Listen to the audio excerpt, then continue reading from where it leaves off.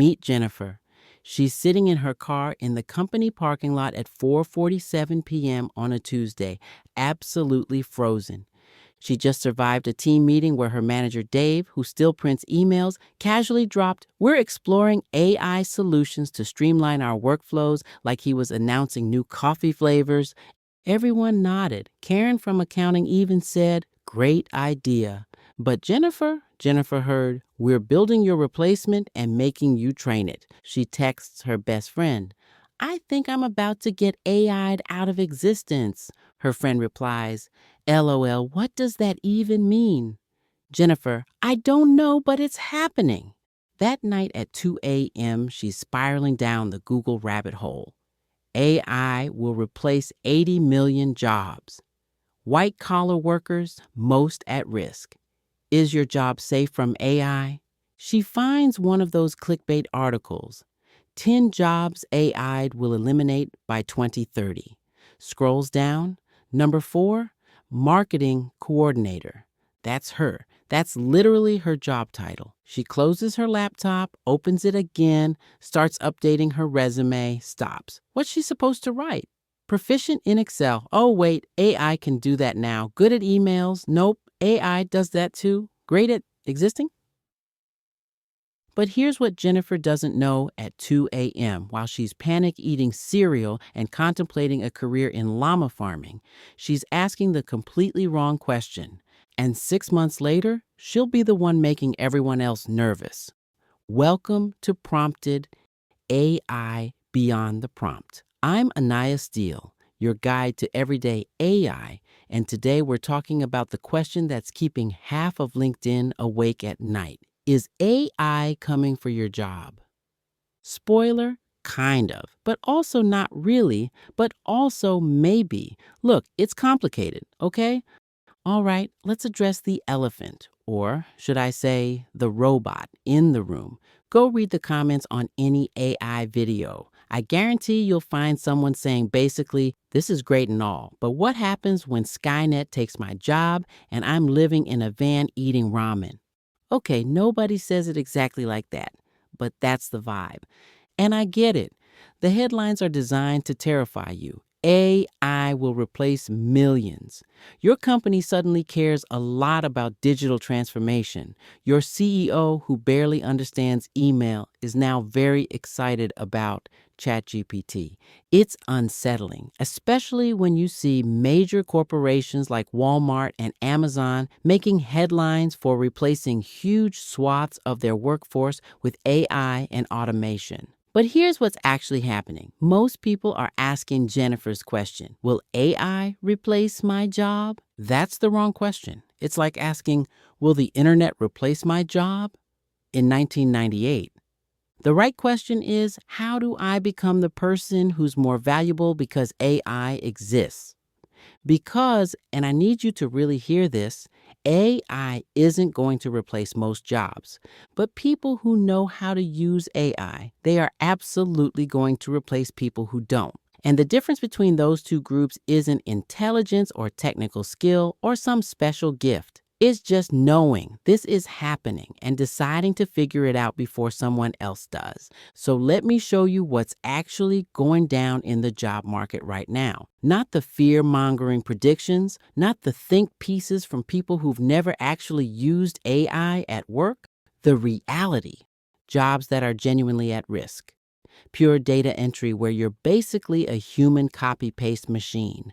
Customer service that's literally just reading from a script. Content writing where the instructions are, write 500 words about this keyword.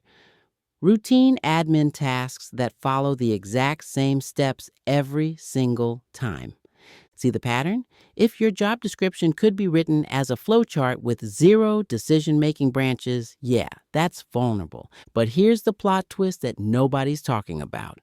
Jobs being transformed right now, not eliminated, transformed. Marketing coordinators who use AI, for the boring content so they can focus on actual strategy. Customer service reps who let AI handle "Where's my order?" so they can focus on the angry customer whose wedding dress arrived in the wrong color. Writers who use AI for research so they can focus on expertise and voice and not spending 4 hours finding that one stat. And it's not just blue-collar jobs. Lawyers are using AI for document review and case research.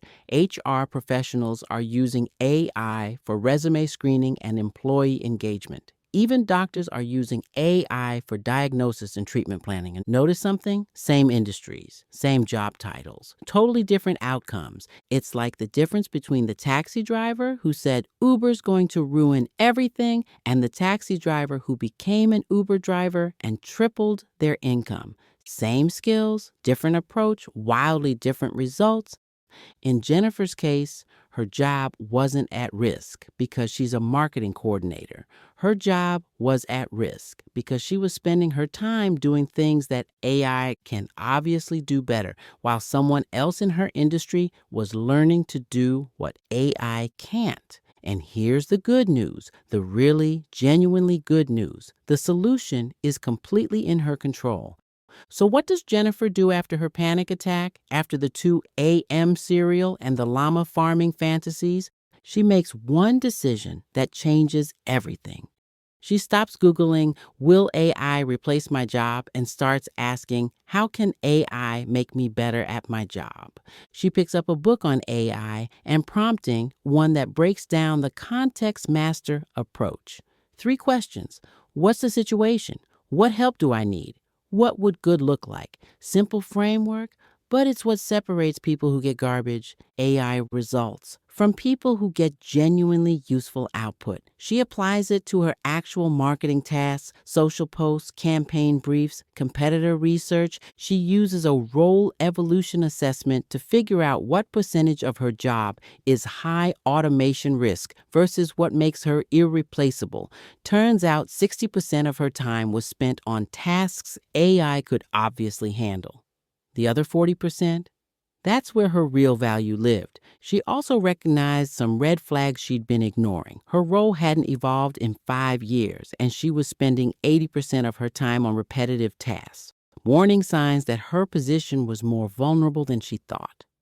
So she chose a positioning strategy. She decided to become what's called an AI amplified expert, using AI for efficiency while doubling down on strategic thinking. And she follows a 90-day positioning plan with specific milestones for each month instead of just winging it. She also built her career insurance policy, learning to work with AI, developing a unique skill combination, building her network, staying curious, and documenting her impact. Not because she was paranoid, but because it's smart to future-proof your career regardless of what happens. Not to replace herself, to enhance herself, to free herself from the stuff that was making her want to quit anyway. Now, she uses AI to draft social posts, analyze engagement data, generate campaign ideas, do competitive research that used to eat her entire Monday.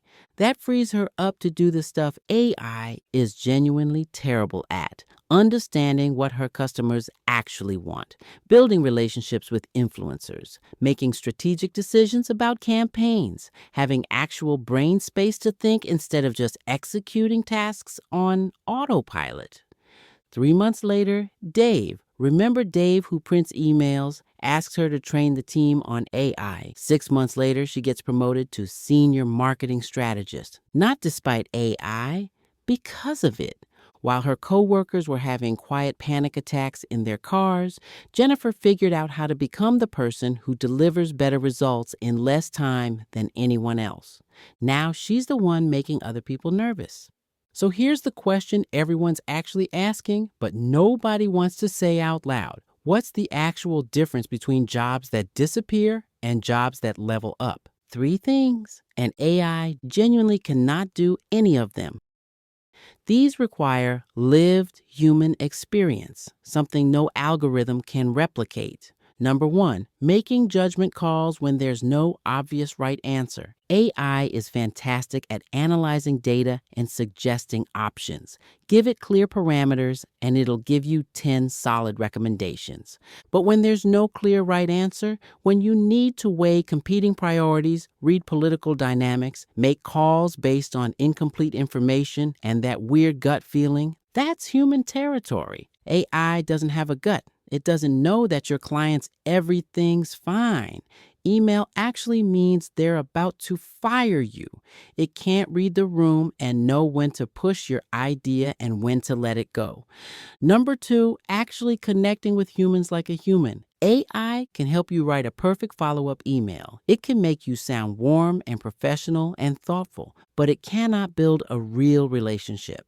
It can't understand that asking your colleague about their kid's soccer game will buy you more goodwill than any perfectly formatted status report. It doesn't know when someone needs you to just listen versus when they need you to solve their problem right now. Number three, creative strategy and taste. This is the big one people miss. AI can generate 100 logo options, write 50 taglines, brainstorm ideas for days. It's incredible at volume, but it cannot tell you which one is actually good. It can't understand why one headline makes you want to click and another makes you cringe. It doesn't get cultural context or brand positioning or the difference between clever and trying way too hard. Taste is human. Strategy is human. Knowing what will land with real people in the real world, irreplaceable. Here's the pattern. If you spend most of your time doing work that AI could theoretically do, even if AI is not doing it yet, you're vulnerable. Not because robots are coming for you tomorrow, but because someone in your field is learning to use AI for that stuff right now while they focus on becoming exceptional at the human stuff. And they're already pulling ahead. The core principle is simple. Let AI handle the execution. You handle the judgment, relationships, and strategy. The people who figure this out, their careers take off.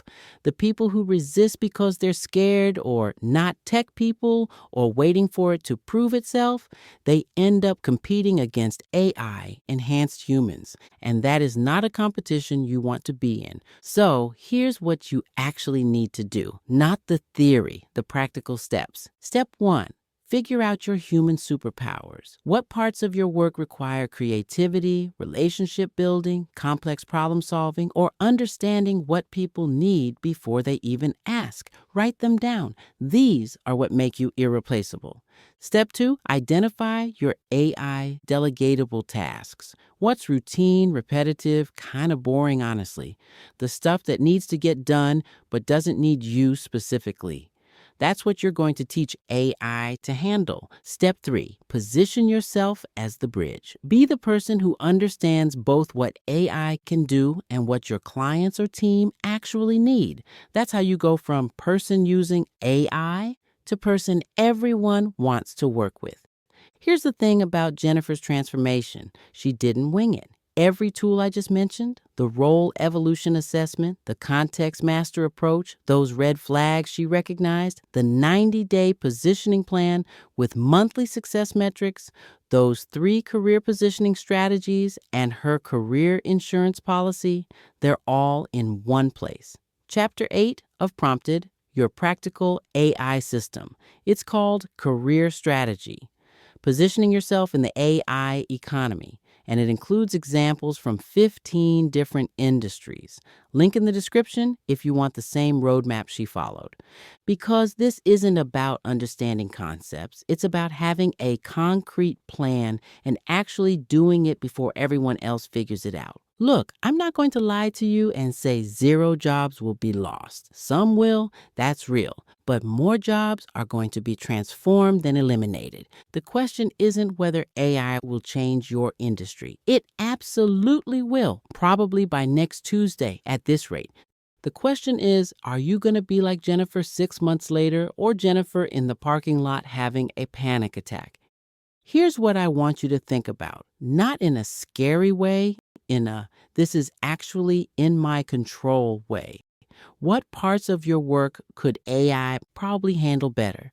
What parts absolutely require your human brain, creativity, and ability to read the room? How could using AI for the first category free you up to become genuinely exceptional at the second? Start thinking like that, and you're not just protecting your job. You're positioning yourself for a career that's more interesting, pays better, and doesn't make you want to eat panic cereal at 2 a.m. Next episode, the creativity question. AI can crank out 1,000 fine ideas in seconds, but fine is forgettable. I'm showing you how to use AI without losing your edge, and why the future belongs to people who know the difference between generated and genuinely good. But for now, just start thinking about what makes you valuable and how AI could actually make you more valuable instead of less. This is Prompted. If this spoke to you, subscribe and drop a comment. And please share. We should all be building this future together. Remember, life is motion, pivot with change, persist with courage, and prompt with purpose. I'm Anaya Steele. You've been prompted. Until next time.